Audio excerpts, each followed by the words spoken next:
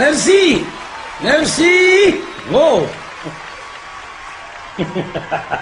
اسمه هذه نهار زين العابدين بن علي طار عليه النوم في كرتاج، الناس كلها تشخر، الوحيد هو فايق.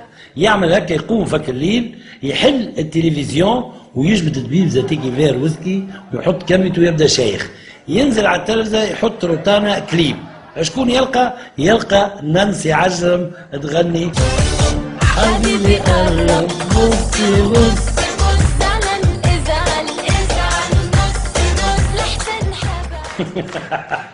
المعلم اول مره يتفرج فيها، خاطر ليلى ما تخليه يتفرج فيها حتى مره اخرى وحتى مطربه. شيخ يلقى روحه وحده ولا معاها مباشره يغني، يقول لها حبيبي قرب بصي بص عاوز تزعل نصي نص. شو معناها تو على ما تحب تقولوا قرب وبص، لا وتحب تزعل نصي نص يكونوا بيك حاجه تعمل كيف. المهم بعد يعمل هكا نزل القناه المغربيه دوزام، يلقى الدنيا مقلوبه في المغرب، قلبها مش نورمال بالاغنياء وبالشيخات. يلا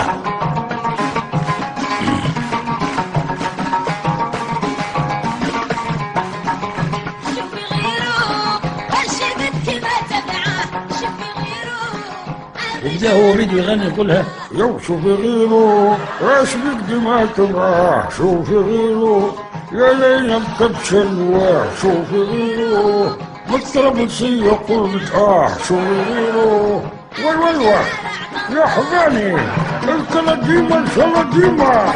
اوه حلو يا اخي،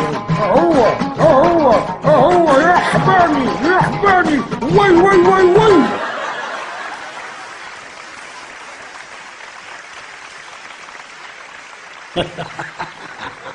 المهم بعد يا اخويا تنرفز، قص التلفزه وقعد يخمم علاش المغرب حافله وشيخه، وقد ما بدلوا ملك المغاربه شيخين. باش يلقى المواطن المغربي كان طارت العشرة ونص، تلقى عم زوز جوانات ولا 3 جوانات زطله، ينسى امه وابوه شكون يحكم، ينسى كل شيء، تسال ويقول لك والدنيا هانيه والسماء صافيه والله هو ربي. العكس في تونس، يسبح في البلاصه، في الماكسيموم، في الصالون، في اي بلاصه، الصباح ديريكت لبلابي هرق مهريسه عظم زيت زيتونه جو كفني شيشه ساك. المهم عينيه تولي محلوله ويولي كيلونتين، حتى شيء ما نجم يعدي، يسلق بكل شيء. شنو يسلق؟ ودي ما عندي شيء. انا بدلت المراه يا سيدي، الناس الكل ولو يعرفوه، كل تونس الكل تعرفها. اللي قال لك هذه ليلى تجين يدعو فيه ولا شنو؟ الاخر هاي عندها البوفوار، الاخر ما نعرفش انا في ده السشوار. شنو في ده السشوار؟ نحكيو من الاخر، في ده السشوار معناها حجامه. يا سيدي حجامه شو المشكل؟ عيب. المسيح وما ادراك كان نجا.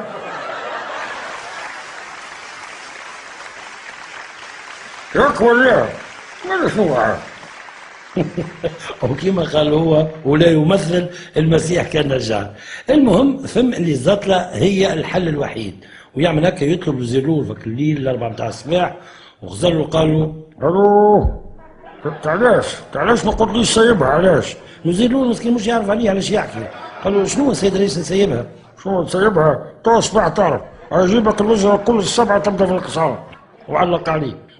7 متاع الصباح الكلهم في القصر، مجلس وزاري، وجوه الصر ترقل، خزر لهم وقال لهم يا ولادي عرفكم علاش تو مفزوعين وداخلين بعضكم.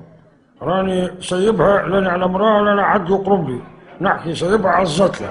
عيب عيب مواطن شدوه هكا بزومته فهمتني، تنزلوا عليه فهمتني عام ومليون كما يقولوا هما عام وفسبه. والاخرى عاد قالت لهم اسكتوا حتى الاستنشاق ياخذ نفس الحكم. انا واحد قاعد مع مجموعه وهكا الريحه تجي في خشمه يتعدى مسكين كيف ايش يعمل المواطن؟ يعمل فلتر في خشمه يا رسول الله، ما تجيش هكا. على كل حال حضروا لي بيان وخلينا نحرروا هالزقه وخلي الناس تكون تتفرج.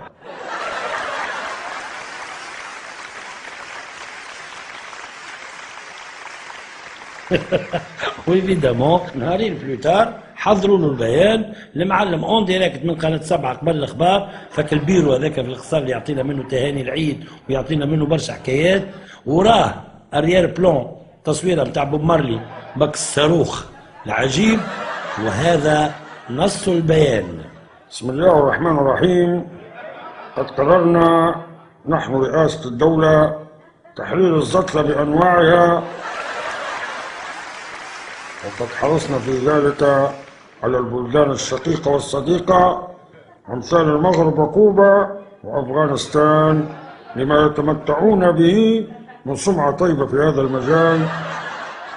وبعد أن اجتمعنا بجميع الزطالة القدامى اتضح لنا أن هنالك نقص فادح في مادة الورقة، صغيرة الحجم ما يعبر عليها بالجونتا، وكبيرة الحجم ما يعبر عليها بالصاروخ. وقد فكرنا بضعاف الحال ومحدودي الدخل، وأمرنا ببعث صندوق لهذا الغرض سميناه صندوق 612 ما يعبر عليه بالإفرنجي سيز 12.